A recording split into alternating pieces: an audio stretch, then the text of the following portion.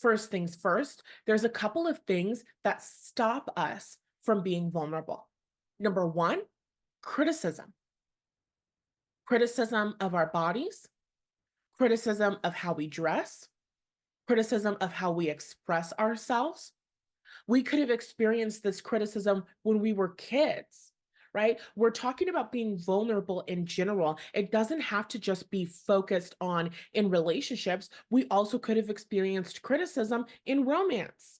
When I was in high school, there was a boy who, so all of that criticism makes me defensive. I don't want to be vulnerable. I don't want to show people when I'm doing new things with my makeup. I don't want to show people makeup that's too bold. I don't want to show my toes when they're not done and looking perfect. Because if I do, then I could be hurt. I learned from my past experience that I could be hurt. That stops me from being vulnerable. Another thing that's going to stop me from being vulnerable, stop us from being vulnerable, stop you from being vulnerable is rejection. Rejection of who you are, rejection of what you need, right? Having an experience where you were told that you're too needy as a kid, having an experience where you were yelled at for crying as a kid, having an experience where you were called annoying. I have had all of those experiences. And all of those experiences are communicating to you that you're not good enough. All of those experiences, when somebody's communicating to you that you're not good enough, being who you are becomes an act of vulnerability. You feel exposed. And so, what do? You want to hide away. You want to hide away who you truly are. Maybe you pretend to be something that you're not. Maybe you don't go out. Maybe you don't want to date at all. Maybe, right, there's a million different ways that you could respond. But that rejection that communicates to you, you're not enough. You're not good enough. You're not worthy of being loved. That stops you from wanting to be vulnerable, wanting to be vulnerable about what you need, wanting to be vulnerable about what you desire from a man, desire from a relationship. You had an experience where you're saying, I want a serious relationship. And the guy that is so sexy and fine and amazing responds and says, I don't want that. I don't want anything serious right now. That can stop you from wanting to be vulnerable in the next relationship. And then you start showing up in your love relationship saying, maybe we can start off as friends and then become more. Or you show up in the relationship and you say, oh, I don't want to have that conversation about what are we just yet. Maybe we could wait a little bit more. Maybe we can go on some more dates before we have a conversation about what are we? What are we going to be? That's avoiding vulnerability. Whether that rejection was coming in your childhood, or that rejection was coming in previous relationships, or that rejection was coming from caregivers, or that rejection was coming from everybody across the board. These experiences stop us from feeling safe, to be vulnerable, to be exposed around who we are, what we feel, what we need, what we desire from others, what we desire from the world. And the last thing that we're going to talk about in today's training around what stops us from being vulnerable is abandonment. And abandonment is any experience where we feel we've been left alone. So we could experience abandonment in previous relationships where we've been ghosted. And after we've been ghosted, then we become defensive. We become defensive. We're protecting ourselves from the pain of being left alone by pushing people away or not letting them get too close. So, an example of this is I have been ghosted and have been ignored and all of that so many times that it was something that I expected. And we talked about this during day one, I'm pretty sure. being abandoned, being neglected, being ignored had happened so many times that when a man didn't respond to me immediately, my mind automatically went to the place of like, he's just not going to respond to me.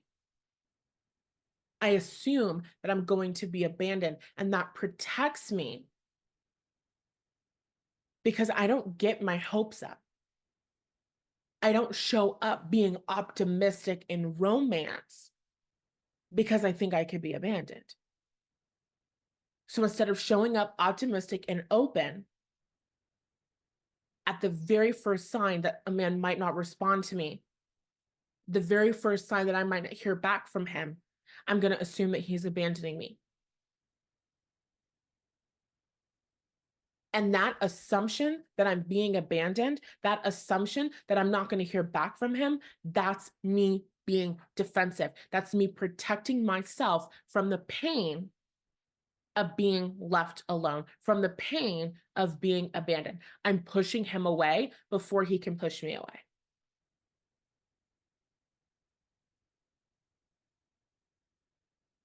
And when we're having a conversation about that rejection,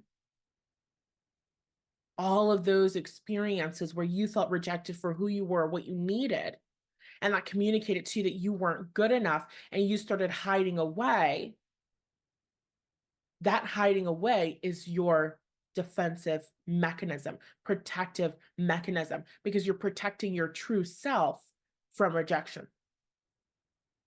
I don't want to tell him what I want. I don't want to tell him how I feel. I don't want to tell him that I like him. I don't want to tell him that I want to take things to the next level. I don't want to tell him that I'm looking for marriage. I don't want to tell him that I want children. I don't want to tell him this. I don't want to show him my true self because I'm protecting my true self from being rejected, right? So criticism, rejection, and abandonment, these are the three main things I would say that are going to stop us from being vulnerable in our lives, and specifically with men in our relationships. The defense. In day one, we talked about letting the defense go. We're understanding that when we're closed off and we're guarding our heart like it's that basketball hoop, we're not allowing in the love that we seek. We're playing a game where men or our soulmate is on the opposing team and we are fighting and battling them when really we want our heart to be this open-hearted playground where a man can come right up and hop on a swing or whatever. And we're using our vibration to energetically discern, right? We're creating an experience where we're telling ourselves that we're safe with men, where we're telling ourselves that men are good-hearted people. We're using our energy to emit a vibration that says, safe men surround me. We're emitting a vibration that attracts safe men. We're emitting a vibration that attracts trustworthy men. And when we're emitting that vibration that attracts safe and trustworthy men, then we can create an experience where we're open-hearted, where our heart is this playground where we want that man, we want that soulmate to come in and come and play with us, right? So vulnerability is really going to help us with this being open-hearted and allowing ourselves to be taken care of. When we're vulnerable, we're exposed. If this snippet resonated with you, then I am sure that the full hour-and-a-half long training would powerfully support you as well. Inside of that free training, we're going over what vulnerability in romance is and how it's the opposite of being defensive and closed off. We're talking about the three main reasons you don't want to be vulnerable with men or with the world, and that's what you've just watched a portion of. We learn what intimacy is and how vulnerability is the key to creating closeness in relationships. Later on in the training, we actually redefine vulnerability in a way that works for us and our intentions of allowing in a love that is guaranteed safe. We discuss how vulnerability is a superpower that supports you in truly being loved. We learned what it means to be provided for by a man mentally, emotionally, physically, and financially. We learned how and why men, as divine masculine energies, naturally desire to provide for you. And we learned the difference between men who can and cannot provide for you and how to navigate through both experiences with your divine feminine energy. And the last thing that we learn in this free training is how to use your feminine energy to support a man in providing for you. And that is just what we've gone over in one of 3 lectures inside of the Drop the Defense training event. During this free 3-day workshop series, I'm taking you from feeling afraid of rejection, criticism, and abandonment in love to feeling open hearted, optimistic, and ready to be provided for by the love of your life.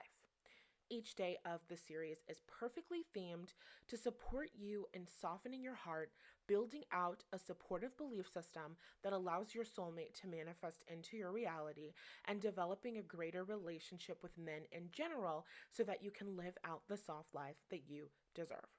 If you're ready to stop being sabotaged by your past, open your heart to true love, and create a life experience where you're surrounded by good hearted men, then this is the free training for you. Along with each training, you're receiving homework in the form of exercises and journal prompts that powerfully help you become more comfortable being taken care of by good men. You can join us using the link in the description. The last day to sign up and watch the trainings for free is June 7th, 2024. I'll see you inside.